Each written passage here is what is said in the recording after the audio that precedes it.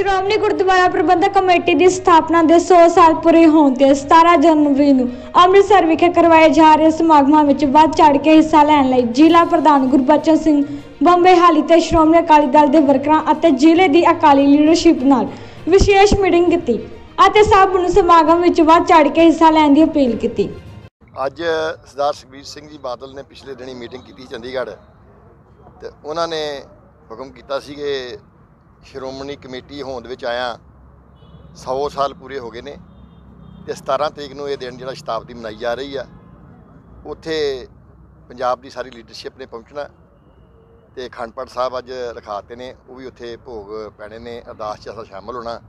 ਇਸ ਸੰਬੰਧ ਵਿੱਚ ਗੁਰਦਾਸਪੁਰ ਜ਼ਿਲ੍ਹੇ ਦੀ ਤੇ ਪਠਾਨਕੋਟ ਜ਼ਿਲ੍ਹੇ ਦੀ ਸਮੁੱਚੀ ਲੀਡਰਸ਼ਿਪ ਨੂੰ ਇੱਥੇ ਸੱਦਿਆ ਗਿਆ, ਮੀਟਿੰਗ ਕੀਤੀ ਗਈ ਹੈ। ਸਾਰੇ ਲੀਡਰ ਹਾਜ਼ਰ ਸਨ।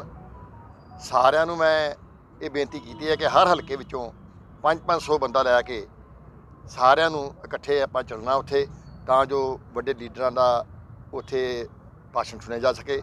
ਔਰ ਸ਼੍ਰੋਮਣੀ ਕਮੇਟੀ ਦੇ ਇਤਿਹਾਸ ਬਾਰੇ ਜੋ ਵਿਦਵਾਨ ਉੱਥੇ ਜਾਣਕਾਰੀ ਦੇਣਗੇ, ਉਹ ਵੀ ਸਾਡੀ ਨੌਲੇਜ ਵਿੱਚ ਹੋਰ ਵੀ ਵਾਧਾ ਹੋਏਗਾ। ਭਾਵੇਂ ਸਾਰੇ ਅਕਾਲੀ ਦਲ ਦੇ ਵਰਕਰਾਂ ਨੂੰ, ਲੀਡਰਾਂ ਨੂੰ ਇਸ ਗੱਲ ਦਾ ਪਤਾ ਆ ਕਿ ਕਿਸ ਤਰੀਕੇ ਨਾਲ ਗੁਰਦੁਆਰੇ ਆਜ਼ਾਦ ਕਰਾਏ, ਕਿਸ ਤਰ੍ਹਾਂ ਸਿੱਖਾਂ ਨੇ, ਸ਼੍ਰੋਮਣੀ ਅਕਾਲੀ ਦਲ ਨੇ ਉੱਥੇ ਸ਼ਹੀਦੀਆਂ ਪਾਈਆਂ, ਪਰ ਫਿਰ ਵੀ ਜਿਹੜੇ ਵੀ ਉੱਥੇ ਵਿਦਵਾਨ ਆਉਣਗੇ ਇਤਿਹਾਸ ਬਾਰੇ ਦੱਸਣਗੇ। ਇਸ ਕਰਕੇ ਸਾਰੀ ਸੰਗਤ ਨੂੰ ਅਪੀਲ ਕੀਤੀ ਹੈ ਕਿ ਉੱਥੇ ਪਹੁੰਚਣਾ ਆ।